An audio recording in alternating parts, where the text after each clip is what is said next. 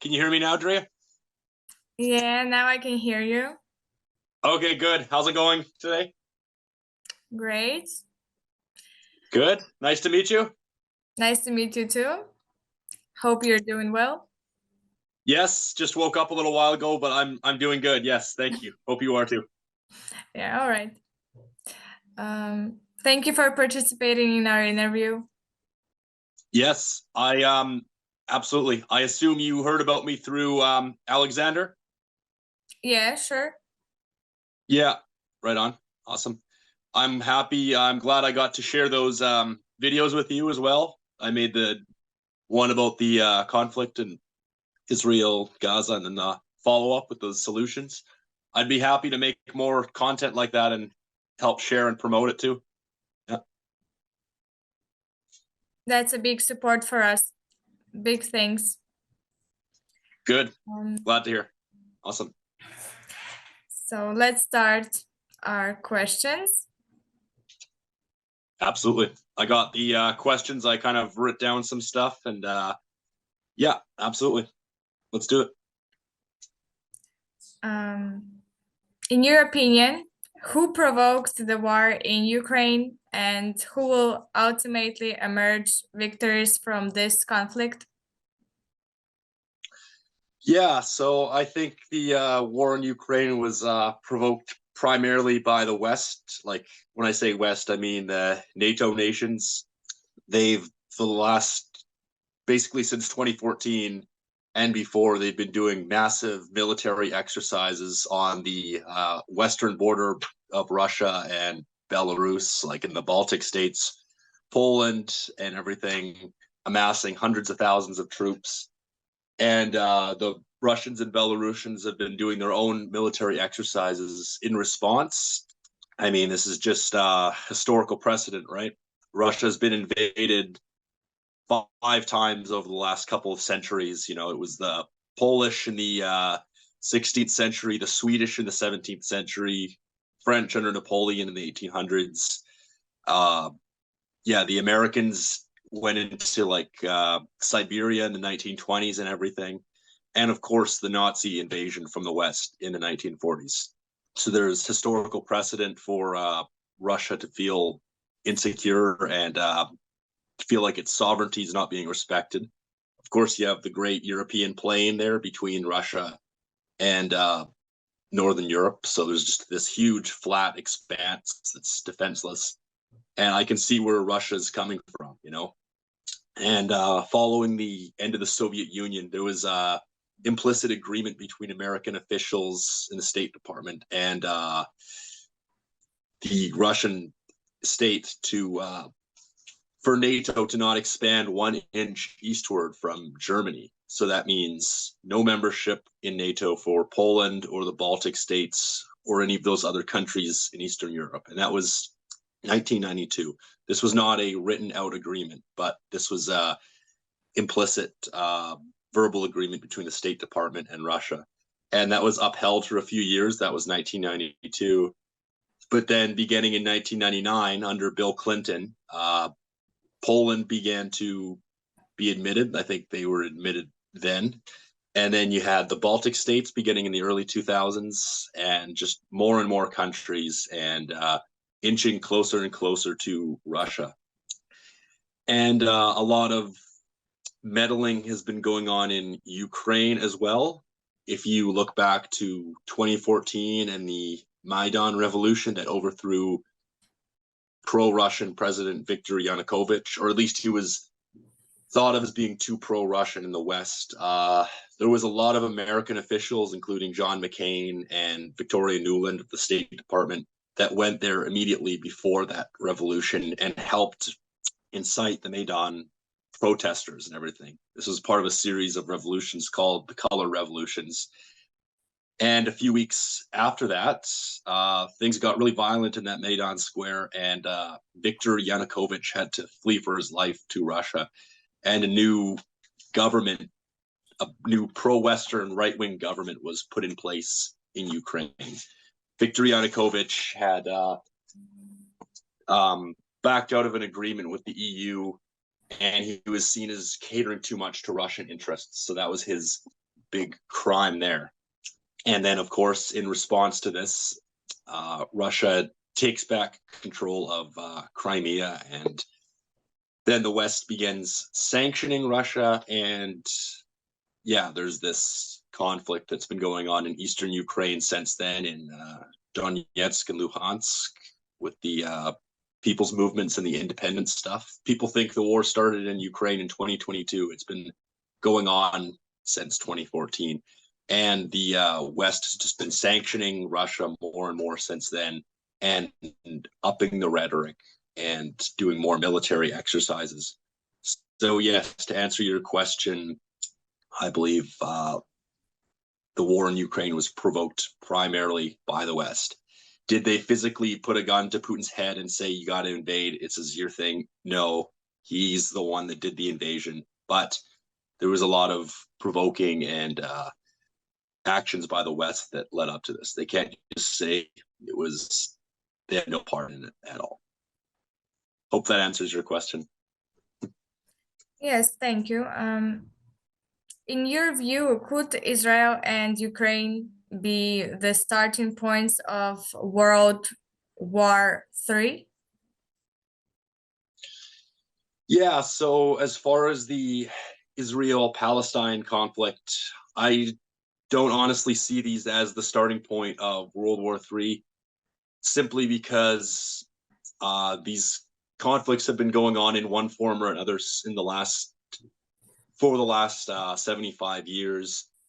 And it's one state, Israel, versus like militias of people. It's not like a state by state thing, and it's not like both sides have nuclear weapons. Yes, Israel has nuclear weapons, which they don't officially declare or talk about, but I cannot see them using nukes on Palestinian land or anything like that, just because of the massive international condemnation that would come with that. And I also can't see the conflict spiraling into a proxy style war that we're seeing in Ukraine as well. Also, Israel's not a member of NATO, so it being attacked by Palestine or the Iranians is not going to trigger a chain reaction World War III style, where a bunch of countries come to help that fight, as happened with World War I. But, however, with the Russia-Ukraine conflict, I would say that is quite a bit different in that regard. Very worried early on that this could spiral into World War III. And I was saying that right from the very beginning. And I made videos about this, and I said, why is this war dragging on for months and months? We need some kind of negotiated peace settlement. But it was just assumed at the time, the general wisdom was, no, we have to defeat the Russians at any cost and support the Ukrainian war effort, even at the expense of this spiraling into a much larger conflict. And you remember at the beginning of all this, all the pro-Ukrainian protests there were in favor of imposing a no-fly zone over Ukraine. And there were some sane people at the time even saying, no, this would cause a third world war. You close the airspace over Ukraine, you're going to be fighting Russian jets, and we're going to be at war with Russia. And thank God, cooler heads prevailed at the time. I think even some top American officials in the Biden administration conceded the craziness of that plan.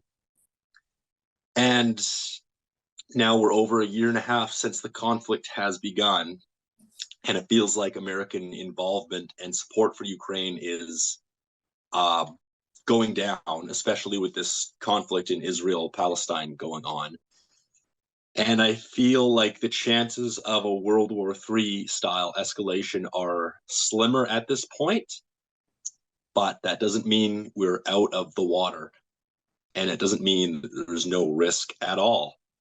And it is very worrying that American and NATO officials are keeping the door open on a potential bid for NATO membership.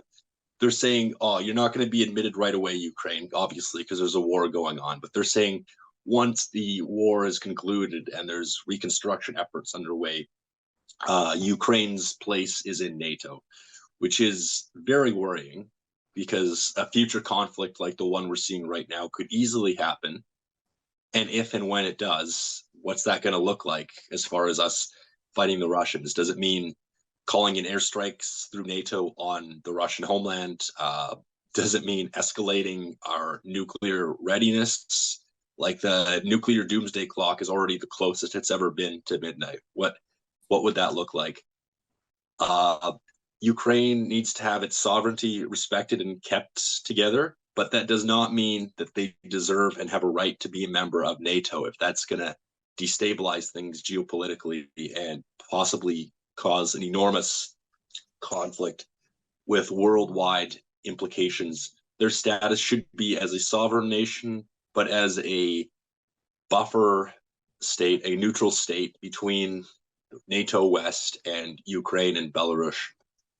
Some kind of Switzerland-style sovereignty, if you will, where like Switzerland neutrality, rather. So yes, to answer your question, I believe the war in Ukraine can spiral into World War III, but I think it's less likely with the Israel-Palestine, just considering how messy that geopolitical situation is. But it's definitely more of a straightforward proxy war in Ukraine, and that's entirely possible, and it's very scary. Yeah. Would it be possible to end both conflicts in the near future?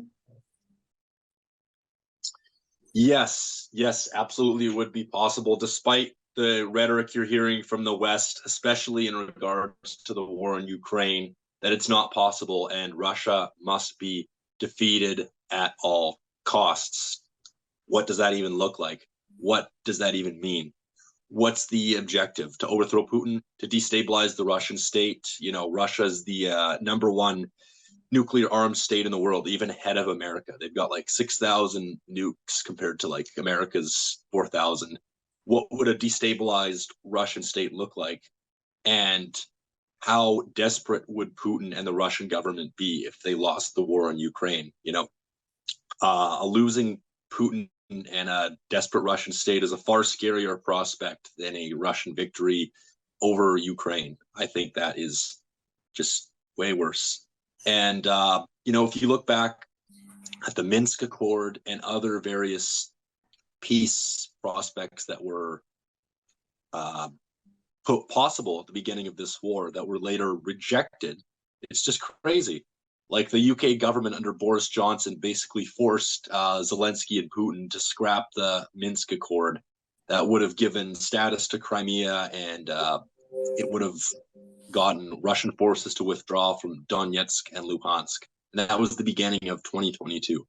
Imagine how much bloodshed and just countless lives could have been saved if that peace accord had been adopted. And I think if the West is going to fail in this regard and they're just going to keep funding the war nonstop, it should go to another state with lots of global influence and clout to negotiate a peace settlement. Some country that has the ability to. My thoughts go towards China. You know, China just recently negotiated a kind of semi-peace accord between Saudi Arabia and Iran. It remains to be seen how well that will be upheld, but that could be a future precedent for a bigger Chinese diplomatic role in the world. And I would like someone to help end this war in Ukraine and Russia. And I think China would be a great contender.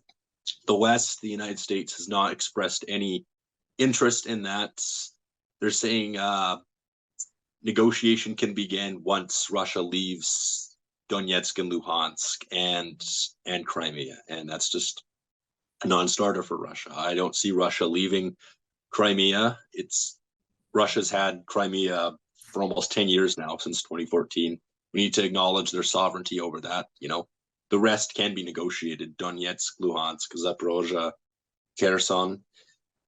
But yeah, we need to stop demonizing Russia, and we need to see them as a negotiating partner and listen to their concerns, listen to their objectives. And that's the only way we can start a peace negotiation. And as for the Israel-Palestine conflict, well, that's been 75 years on and off. And the two-state solution has been around the longest as a idea for two separate states, but it seems to have really not gained much traction over the last couple of years.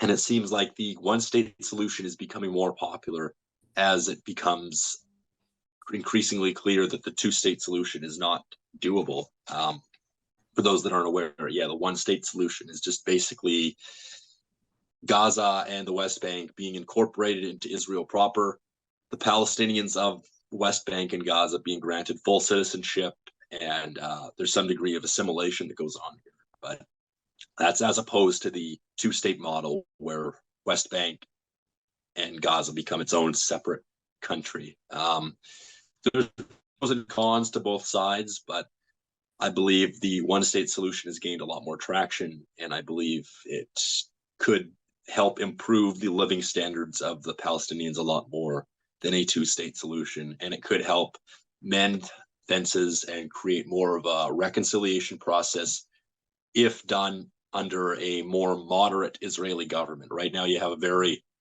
right-wing Orthodox nationalist government under Netanyahu, and his cabinet and his security advisors and all of them, the defense minister, they're even more right-wing and fundamentalist than Netanyahu himself. So these are not good people to be doing negotiations of this kind. And it goes on the same side too. The Hamas Islamic fundamentalist group, they're not in any position to do these negotiations. They don't want to negotiate in good faith. We need more moderate leadership on that side too, whether it be the Palestinian National Authority or the Fatah, the governing body of West Bank. There needs to be new, fresh elections in Gaza as soon as there's peace, and there needs to be some kind of governmental change there, and then we can begin the long and arduous peace negotiations. Again, the United States has really failed in this regard. Maybe some outside power, Russia or China, or some kind of smaller power that has no vested interest in the region and won't be biased. Switzerland, Sweden, or Oman. Oman could possibly, I said it probably shouldn't be in the Middle East, but they're kind of known as the Switzerland of the Middle East. They're big peace negotiators. They could be a good piece of the puzzle there as well. So yes, to answer your question, I believe both of these conflicts can be solved. They're obviously quite different, but given the right leadership and genuine commitment to peace, I believe it's possible. Although in the case of the Israel-Palestine conflict, as I mentioned, the fundamentalist governing bodies on both sides need to be replaced with more moderate leadership that's open to negotiating, because I don't see that happening with the current systems in place. All right. My next question is, could there be a major financial crisis in the US that would cause a weakening of the dollar's global influence? Yeah. So another American recession is possible, and it's inevitable that the US dollar weakening will follow that trajectory. We're seeing other currencies, the BRICS nations catching up, China, all of them. You know, interest rates are at 20-year highs, and the New York Federal recession probability indicator shows that there's a 60% chance of a US recession in the next 12 months. And that was a prediction that was made in August 2023. You know, we still haven't seen the full effects of the COVID pandemic and the lockdowns. Everyone was saying that was going to be a massive recession or even a depression like the 1930s. Obviously, that was overhyped up, but we are seeing the effects of shutting down businesses for months or years even, supply chains just collapsing. We're seeing record inflation, interest rates, everything is just unaffordable. You know, we're spending so much money. There's a debt bubble. Yes, I think a recession is possible. It's not a for sure thing, but yeah, I do believe it's absolutely possible. And as for the devaluing of the dollar, just in the last couple of years, the OPEC nations, these oil producing nations, Saudi Arabia, Qatar, and all of them, they've been considering switching to the Chinese yuan from US dollars for trading oil. And that would put a massive dent in the US dollar dominance. The US dollar would no longer be the de facto petrodollar. And yeah, that would be a huge thing because the OPEC countries are a large part of the global economy, and that's a huge commodity that's traded, the oil. Since 1933, the US dollar has lost 92% of its domestic purchasing power. And at the end of 2022, these are some stats for you. The US dollar was 58% of global foreign exchange. The European dollar, was at 20%. The yen, that's of Japan, 5.5%. And the Chinese yuan at 2.7%. So these other currencies have quite a bit of catching up to do, but that's kind of where the BRICS alliance comes in to kind of consolidate these currencies and be a more legitimate challenger to the US dollar. That's BRICS: Brazil, Russia, India, China, South Africa. And yeah, obviously the European Union's also a massive economy. So there's multiple challengers to the US dollar. It's not just the Chinese dollar. It's a couple others as well. Yeah, hope that answers your question. Yes, of course. I got more too. So, what should the world, Of course. what should the world community do to prevent the use of nuclear weapons? Yeah, so Russia and United States need to begin immediately negotiating to restart all of the nuclear non-proliferation treaties that are currently in place or set to expire, or the ones that have been canceled by Putin. Yeah, he canceled one in response to the war in Ukraine. But it shouldn't matter if this war in Ukraine is ongoing or not. These non-proliferation treaties should be restarted immediately, and negotiations should begin in good faith. The START treaties, things of that sort. Yeah, we can create new ones between Russia and the United States, or more international ones. All nuclear weapon states should create national agencies dedicated exclusively to the efforts of denuclearization and invest heavily in these organizations. There's so many countries now that have nuclear weapons: Russia, United States, UK, France, Israel, Pakistan, India, Iran's well on its way, North Korea. There just needs to be some more discussion between these countries. Like, some of these nuclear armed states don't even have formal relations. Like, there's no formal relations even established between the United States and North Korea, both nuclear armed states. Pakistan and India, they're on the verge of armed conflict at any given moment. And that's a very, very scary prospect. They share a land border, and things could escalate anytime. That's definitely considered nuclear flashpoints in the modern era. An international United Nations agency should also be set up to aid in the goal of eliminating nuclear weapons. So you should have these national agencies of these nuclear countries, as well as a international UN agency to help assist in these efforts of denuclearization, with financial incentives to do so, and not like the kind of thing where, oh yeah, the smaller country can do it first and the big guy will do it later. It's like the big country should set the example, United States, Russia, and say, yes, like, this can be done in good faith and everything like that. And we need to stop the armed overthrows of governments that have committed to giving up their weapons of mass destruction or nuclear weapons. Like a few years, I think it was the late 90s, Gaddafi under Libya there, he gave up his his weapons of mass destruction program that was following the overthrow of Saddam Hussein in Iraq. And these were negotiations that were done with the West, with the United States and the United Kingdom. And a couple of years after that, the country was overthrown in a bloody coup and murdered after giving up his weapons programs. And North Korea took one look at that and issued statements saying, okay, well, we're never going to give up our nuclear weapons now. Seeing how states do that, they get overthrown and their countries. So this kind of armed intervention needs to stop.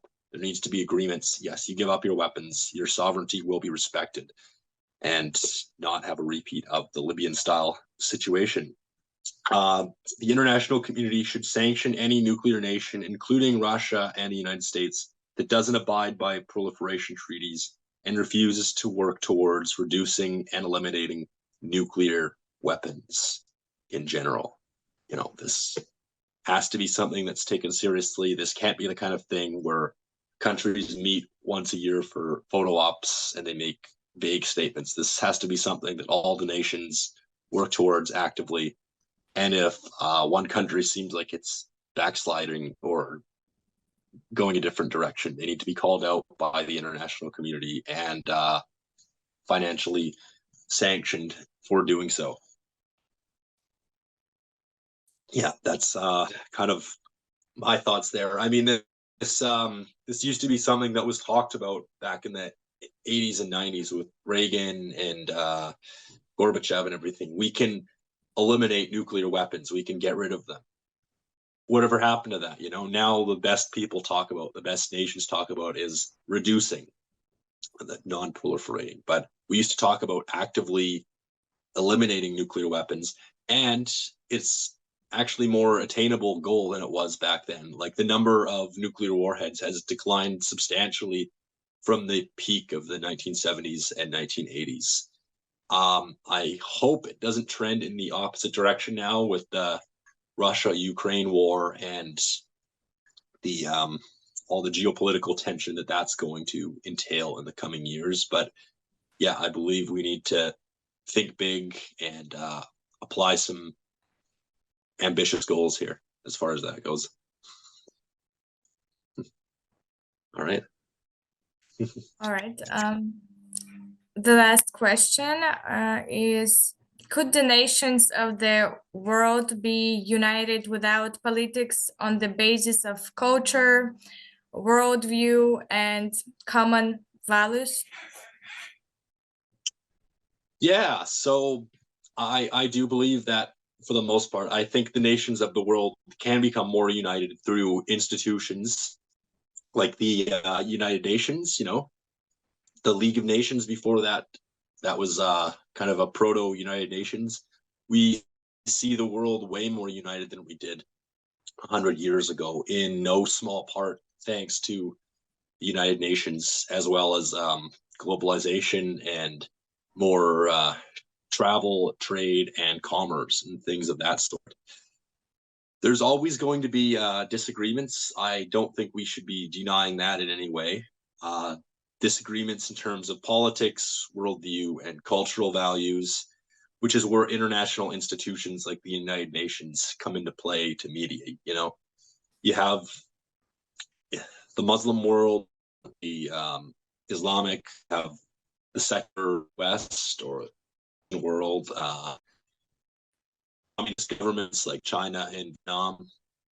There's going to be a lot of locking of heads and everything like that. But I think the United Nations, as well as exchange programs financed through governments and universities, where Chinese students come study in the United States and vice versa. Things like that really help mend fences and build bridges. I think more of that is going to really, really be needed between the West and Muslim countries and everything, having more education about that part of the world, as well as the context of the Israel-Palestine conflict.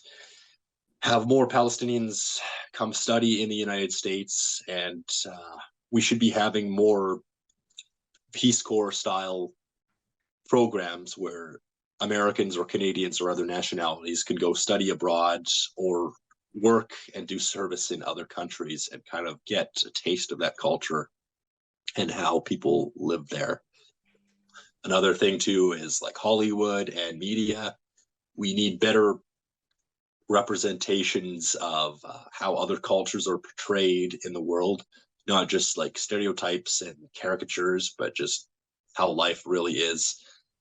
And we just need to stop the divisive, angry rhetoric. You know, you were seeing so much anti-Russian hate at the start of this Ukraine-Russia thing, this conflict.